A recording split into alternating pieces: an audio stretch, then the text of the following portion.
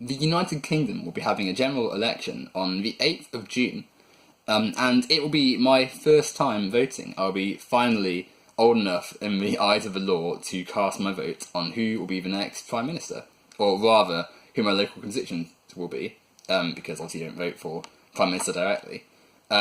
If you ask me, I should have had a vote back in 2015 when I was 16, for the last general election, but the laws of the country say otherwise, and whilst it is one I want to change, or I would change, and I think a lot of other people want to change too, sadly, you can't vote if you're not 18.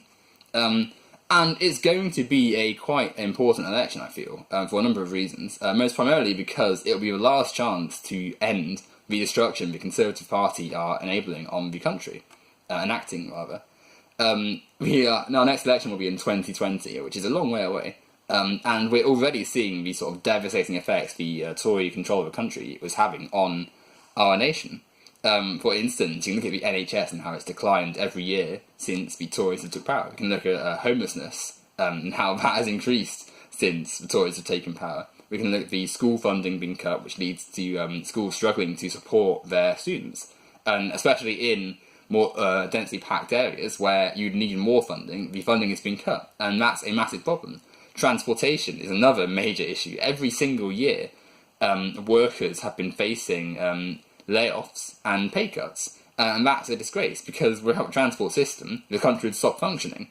Obviously, the privatisation of transport in the 80s was a massive contribution to this, but to go into conservative problems and neoliberal capitalism is another topic, really. Thatcherism has massively negatively affected the country, and we're seeing the impact of it now. I mean, we saw it back then too, but it's more obvious now because the wider impacts are sort of hitting now. But to continue Tory rule until 2020 would be an unbelievable disaster because, quite frankly, we're going to see more of the same problems that we saw previously, especially with the EU scapegoat gone.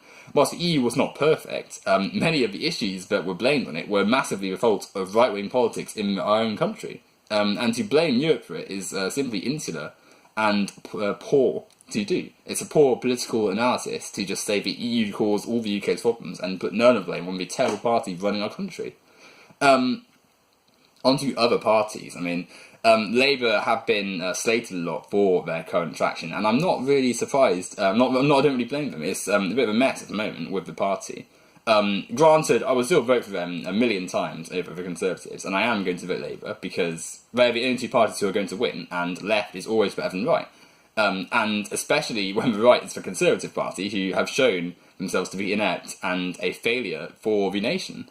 And quite frankly, someone like Jeremy Corbyn, with actual left-wing ideas, perhaps not as left-wing as we perhaps ought to go, but someone who is still left-wing, and represents the urgent change needed and the addressal to a system that will actually promote wealth equality and fairness, is needed. That's a person we want running the country, especially over someone like Theresa May, who is not only conservative, but not even a good conservative when it comes to enacting things. Her tenure as Home Secretary was abysmal, and she was criticised by those in her own party, more so perhaps than those outside it, for failing to do what she set out to do. So yeah, not only she's a poor leader, a coward as well, and we're seeing how she's refusing to appear on national TV, partly because she knows she's going to lose any debate she has. And ultimately, someone who was not even elected. She was never even chosen by the British public. And frankly, that I find to be unforgivable. That shouldn't be happening in a democratic nation. A truly democratic nation, anyway. On the topic of democracy, we have to face the problems of the first past the post voting system, which is going to massively negate the actual vote of the people. At the last election, the Conservative Party won with 36% of the vote. And now anyone with any semblance of maths can tell you that that is not a majority of people supporting you, let alone majority of voters. Majority of voters not supporting you, let alone the majority of people. However, they have a majority in the House and thus can control effectively the country because they have enough MPs to pass any legislation through the House. And this is going to benefit the Conservatives and Labour to a degree, but nowhere near as much as the Conservatives because they know they only have to hold on to their seats in these areas, in the country, to win. Because they don't necessarily need to win over that many voters. They don't need to increase their lead by that much, as long as they keep their seats. which shows a massive problem because the government is not proportionally represented, proportionally elected even, and thus the people are not accurately represented. But more so this is going to affect the smaller parties, like the Liberal Democrats, like Greens, like, dare I say, UKIP, because these parties attract lots of voters, because lots of people are fed up with the two mainstream parties, but receive no representation, or very little representation, in Houses of Parliament. For as much as I loathe UKIP, they received 3 million votes at the last election, and then got one MP. And that MP was someone who was popular in his area anyway, and a former Conservative.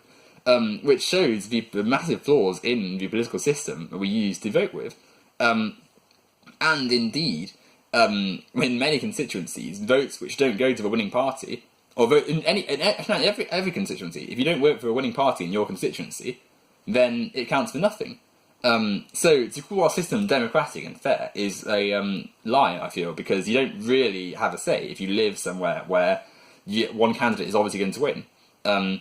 Which is the case for millions of people across the country. Hence why some people are so disenfranchised with politics, because they feel as though they have no say, because they literally don't, because their vote counts for nothing. But on the topic of votes counting for nothing, a lot of people have said it's a foregone conclusion that the Conservatives are going to win. And I really don't think this is the case, because they aren't actually that popular. They are polling ahead of Labour, but that's not to say they're popular. It just means they're more popular than Labour with a set group of people. People don't like their party, they're a horrid party, and people are sick of them. However, Labour are also suffering from the stain of New Labour, and thus they're also quite unpopular too at the present day, because not only are people sort of fed up with the current leadership, but more so, people remember Labour as failed promises from the Blair years, and consequently it's affecting their image now. And as a result of that, Labour are suffering too. And whilst the Tories do have more popularity, that isn't to say at all they are a favourite party of the people. People don't like the Conservatives and they don't agree with their policies whatsoever. And I think that's important to remember when you're voting, because you may dislike Labour, and you may be fed up with their leadership, and rightly so, because there's a lot of problems with Labour. However, they are better by a long way than the Conservative Party, because frankly, anything is better than losing the NHS, seeing more wealth inequality, and the decline of quality of life continuing in this nation. And consequently, that's why I feel the election has to go to the Labour Party. Otherwise, the Conservatives will continue to ruin the country. And the most important, perhaps the most pressing way they are affecting the country is through the reduction of global warming policies and the loss of green targets to reducing the amount of fossil fuels used and non-renewable energy sources used. Because this literally kills the planet and kills wildlife. And for people who supposedly want to preserve the nation, we're going to be losing the nation, quite literally, if we don't address this. And the Conservatives don't want to, simply because they make money and they benefit from having non-green policies. So if you vote Tory, you are contributing to the destruction of the wildlife and of the environment. And thus, that's why it's crucial they don't win and that Labour do.